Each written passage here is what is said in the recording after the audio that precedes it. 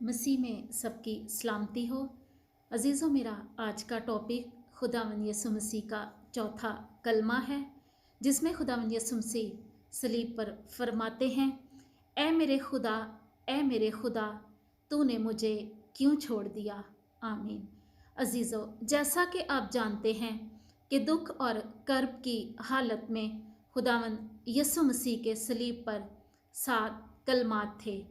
पहला, मुआफ़ी, जो वह अपने दुश्मनों और सताने वालों के लिए खुदा से मांगता है।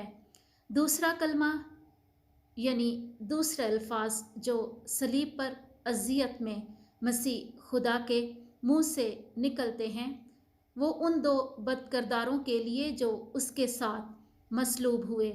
उनमें से एक ने अपने गुनाह को कबूल किया और अपने गुनहगार होने पर नदामत महसूस की, और वो जान गया कि यही हमारा नजात दहिंदा है। उसके लिए मसीह खुदावन ने अपने मुंह से जो दूसरी दफ़ा अल्फाज निकाला, वो ये है कि तू आज ही मेरे साथ फिरदौस में होगा। आमीन। और तीसरा कलमा या तीसरी दफ़ा जो अल्फाज मसीह खुदावन ने अपने मुंह से निकाले, वो अल्फाज मोहब्बत के अपनी माँ के लिए कि ए औरत, देख तेरा बेटा ये है, और शागिर्द से कहते हैं कि देख तेरी माँ ये है। मसीह खुदावंद को सलीब पर भी अपनी माँ की फ़िक्र थी।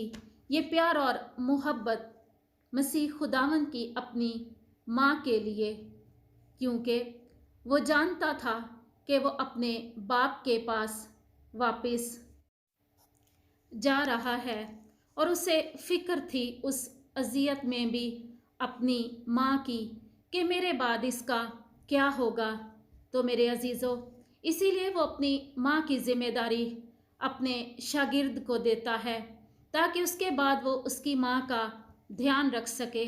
मेरे अजीज़ों, ये वक्त मसीह खुदावंद के लिए सबसे अजियतनाक था कि वो अपनी माँ से जुदा हो रहा था अपने बाप की मर्ज़ी को पूरा करने के लिए।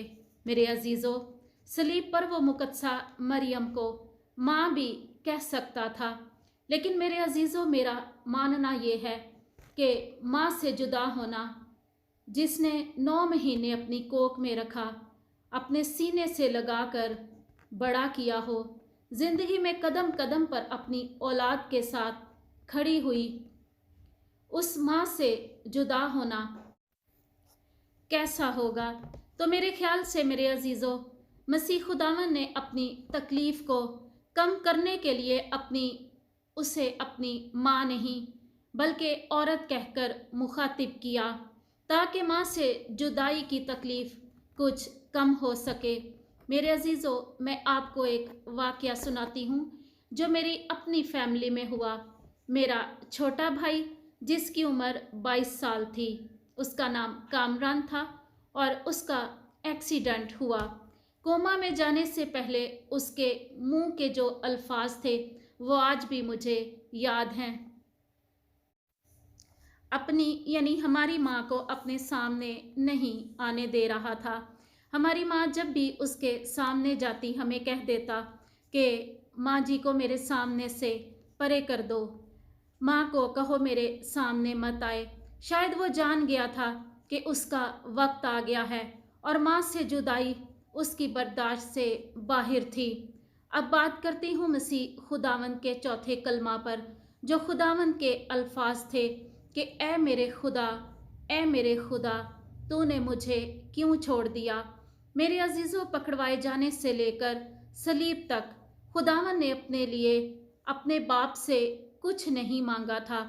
जब भी मांगा, दूसरों के लिए मांगा। सलीब पर नहायत अजियत और दुख में खुदावंद ने पहली बार अपने मुंह से अपने लिए अल्फाज निकाले और अपने बाप से कहा कि तूने मुझे क्यों छोड़ दिया। क्योंकि पहली 3 बार तो खुदावंद यीशु मसीह के मुंह से दूसरों के लिए मुआफ़ी, डाकू के लिए कफ़ारा और अपनी माँ के लिए मोहब्बत और फ़िक्र के अल्फाज थे। ये पहली बार था جو وہ اپنے لیے الفاظ استعمال کر رہا تھا، اور ان الفاظ کا ذکر آپ کو مقدس متی اور مقدس مرکز کی اناجیل میں بھی ملے گا۔ یہ واقعہ اور الفاظ بائبل مقدس میں کچھ اس طرح ہیں۔ مقدس متی کے مطابق اس کے 27ویں باب اور 45ویں آیت میں جہاں یہ لکھا ہے کہ اب چھٹی گھڑی سے 9ویں گھڑی تک تمام ملک میں اندھیرا چھا گیا۔ 9ویں گھڑی کے قریب یسوع نے بڑی آواز سے چلا کر کہا، ایلی ایلی لما شبقتانی، یعنی اے میرے خدا، اے میرے خدا، تو نے مجھے کیوں چھوڑ دیا؟ آمین۔ میرے عزیزو، کیا آپ جانتے ہیں کہ یسوع مسیح پہلے 3 کلمے ادا کرنے کے بعد صلیب پر 3 گھنٹے خاموش رہے؟ وہ 3 گھنٹے کتنے دکھ، تکلیف اور کرب کے ہوں گے، کتنا مشکل وقت کاٹا ہوگا۔ میرے عزیزو، ہمارے خداوند نے ہمارے لیے صلیب پر اور 9ویں گھڑی کے قریب خداوند نے آسمان پر دیکھتے ہوئے اپنی خاموشی توڑی اور باپ کو پکارا، باپ کہہ کر نہیں بلکہ اے میرے خدا، تو نے مجھے کیوں چھوڑ دیا؟ بے شک یہ الفاظ مسیح خداوند کے منہ سے نکلے کیونکہ وہ نہایت درد اور غم میں تھا، کیونکہ آیت میں لکھا ہے کہ بڑی آواز سے چلا کر کہا۔ بے شک مسیح خداوند چلائے کیونکہ جلاد کوڑے مارے، کانٹوں کا تاج سر پر پہنایا، ہاتھوں اور پاؤں میں کیل ٹھونکے گئے، بھوک، پیاس، تکلیف، تو یسوع مسیح کا چلانا کچھ عجیب نہیں تھا۔ انسان بھی جب دکھ اور تکلیف اذیت میں ہوتا ہے تو خدا باپ کے آگے چلاتا ہے، خدا سے شکوہ اور شکایت کرتا ہے، اور مسیح خداوند تو کامل انسان تھے، اور کامل انسان ہوتے ہوئے صلیب پر چلانا نہ صرف اپنے لیے بلکہ کل انسانیت کے لیے تھا، کیونکہ تکوین یعنی دنیا کے شروعات ہی سے آدم اور حوا کی نافرمانی کی وجہ سے خدا اور انسان میں دوریاں بڑھتی چلی جا رہی تھی۔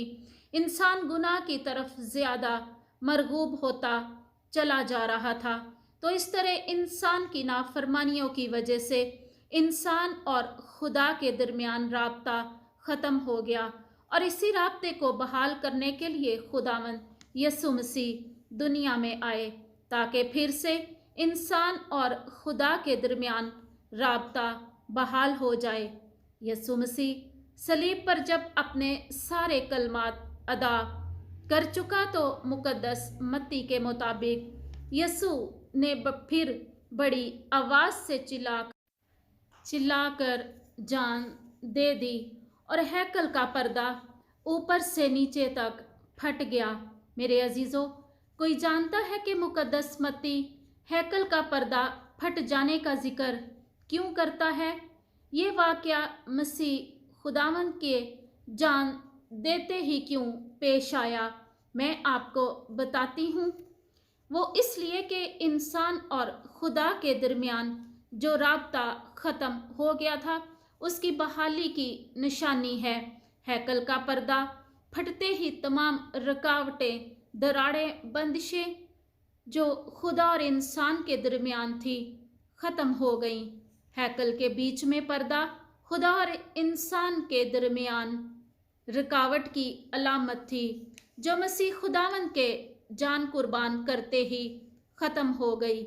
انسان کے لیے دوبارہ سے حیات ابدی کے دروازے کھل گئے، اور بائبل مقدس کے مطابق تمام نبیوں کی پیشن گوئیاں پوری ہو گئیں۔ آمین۔ آئے میرے عزیزو، اس خوبصورت کلام کے لیے خدا کا شکر ادا کریں، اور مسیح کی تمام اذیتوں اور دکھوں کو یاد کریں جو اس نے صلیب پر ہمارے لیے، ہمارے گناہوں کے لیے سہے، اور مسیح کے دکھوں کو یاد کرتے ہوئے عہد کریں کہ ہم زندگی میں گناہ نہیں کریں گے، ایک دوسرے کو معاف کریں، दुख दर्द में एक दूसरे का सहारा बने, प्यासे को पानी पिलाएं, भूखे को रोटी खिलाएं, बीमार की तीमारदारी करें, एक दूसरे के लिए अपने दिलों से नफरतें ख़त्म करें, एक दूसरे को प्यार और इज़्ज़त करें, ताकि हमारा मसीह जो हमारे गुनाहों की वजह से अज़ियत में है उसकी तकलीफ़ को कम करें और उसके अच्छे और सच्चे शागिर्द बने, उसके कलाम पर अमल करें। मेरा ईमान है कि आज के इस कलाम से बहुत से लोग इस्तिफ़ादा हासिल करें। खुदा बाप ये सब करने की आपको हिम्मत और ताकत दे। आमीन।